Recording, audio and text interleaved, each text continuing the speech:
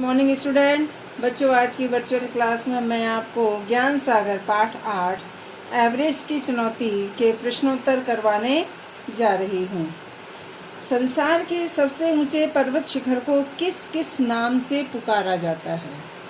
संसार के सबसे ऊंचे पर्वत शिखर को एवरेस्ट के नाम से पुकारा जाता है। एवरेस्ट को तिब्बती चोमोलुंगमा और नेपाली सगरमाथा के नाम से पुकारते हैं। इसे शिखर 15 भी कहा जाता है।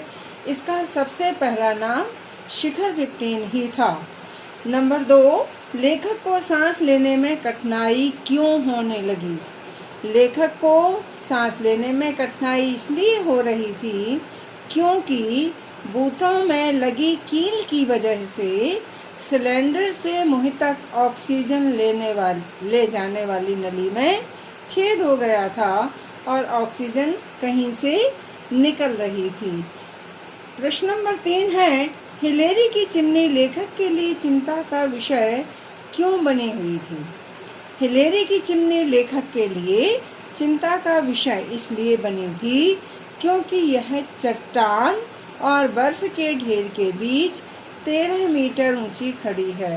अत्यधिक चिकनी होने के कारण इस पर हाथ या पैर जमाने की कोई जगह नहीं है और इसे पार करने के बाद ही शिखर पर पहुंचा जा सकता था, इसलिए वह चिंता का विषय बनी हुई थी।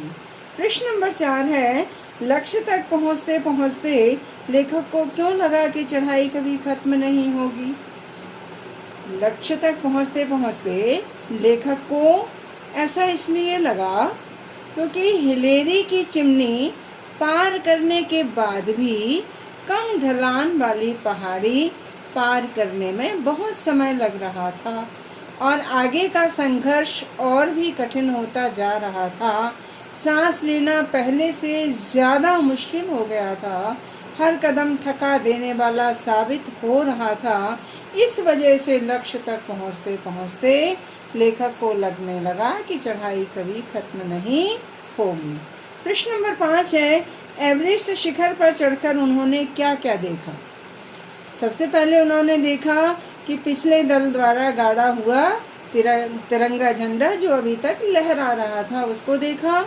दूसरा देखा उत्तर की ओर तिब्बती पठार और दक्षिण की ओर भारत का मैदान देखा। कुछ दूर पर आईने की तरह चमकता और सवेरे की धुंध में तैरता थ्यांगबोचे मठ दिखाई दिया। तो बच्चों, इस तरह से आपको पाठ 8 के प्रश्नोत्तर याद करने हैं। यही आपका होमवर्क है। धन्यवाद।